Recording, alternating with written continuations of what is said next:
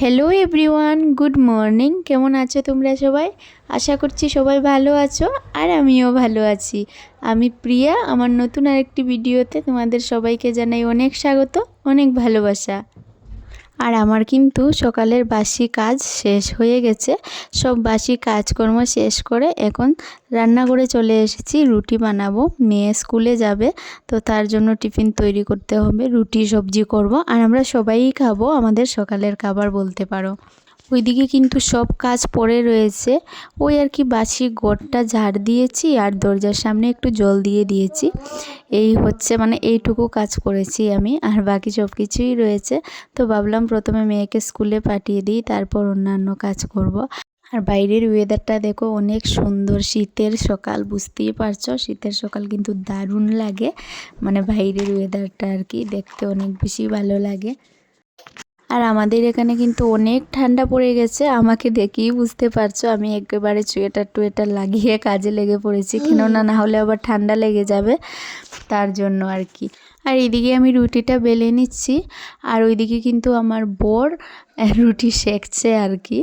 তো এই যে অবস্থা দেখো, এইভাবে কেউ রুটি সেঁকে? তো যাই হোক, যেভাবেই করছে আমাকে একটু হেল্প করছে। তো ও মাঝে মধ্যে আমাকে এইভাবে হেল্প করে থাকে। তো ওকে আমি বলছিলাম যে এইভাবে কেউ রুটি সেঁকে? তো আসছিল আমার দিকে চেয়ে। আমাদের মেয়েদের আর কি বলো, এইভাবে যদি একটু আমাদেরকে কেউ সাহায্য করে তাহলেই আমরা খুশি হয়ে যাই, তাই না বলো?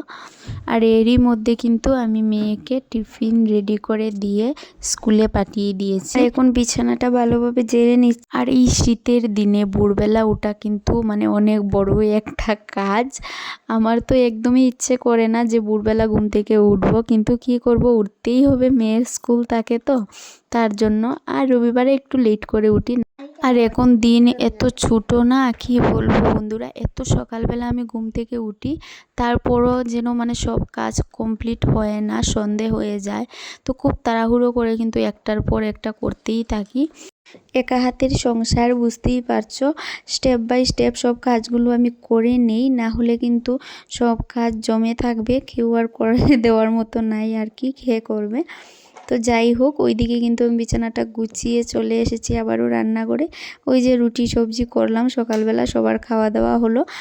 তো সেই বাসনগুলো জমে রয়েছে, সেগুলো আগে ধুয়ে নিলাম। আর আমি কিন্তু কখনোই বাসন জমিয়ে রাখি না, কেননা জমিয়ে রাখলে অনেকটা হয়ে যায়। এখন আবার রান্না বান্না করব, তারপর রান্নার বাসন অনেক বাসন পড়বে, তারপর অনেকটা বাসন হয়ে যাবে, তার জন্য এই বাসনগুলো ধুয়ে নিলাম। আর ওইদিকে দেখছি অনেক রোদ উঠেছে, তো কাল যে কাপড়গুলো ধুয়ে দিয়েছিলাম সেগুলো কিন্তু শুকোয়নি। আর এখনের যা রোদ, বুঝতেই পারছো। তো ওইগুলো একটু দিয়ে দিচ্ছি, এর সামনেই দিয়ে দিচ্ছি, ছাদে আর গেলাম না, এত উপরে উঠতে ইচ্ছে করছে না।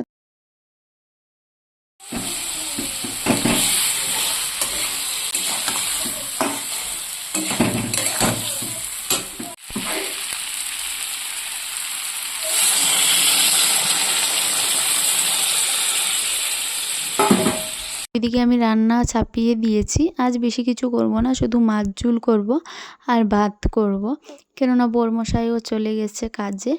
তো আমি আর ছেলে রয়েছি ঘরে, তার জন্য আর বেশি কিছু করব না, সিম্পলি একটা ঝোল করে নেব মাছের।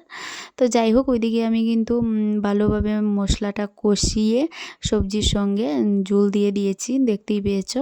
আর ওইদিকে আমি যে রান্নার বাসনগুলো পড়েছে সেগুলো ধুয়ে নিচ্ছি, না হলে আবার অনেকটা জমে যাবে। আমি এইভাবেই কাজ করি, ওইদিকে রান্না হচ্ছে হোক, আর ওইদিকে আমি বাসনগুলো ধুয়ে নিচ্ছি। আর এইদিকে দেখো, আমার রান্নাঘরে কিন্তু খুব মিষ্টি রোদ চলে এসেছে। অনেক ভালো লাগছে এই রোদের মধ্যে আমার কাজ করতে। শীতের দিনে যদি এইভাবে ঘরে একটু রোদ পাওয়া যায় তাহলে কিন্তু অনেক ভালো লাগে।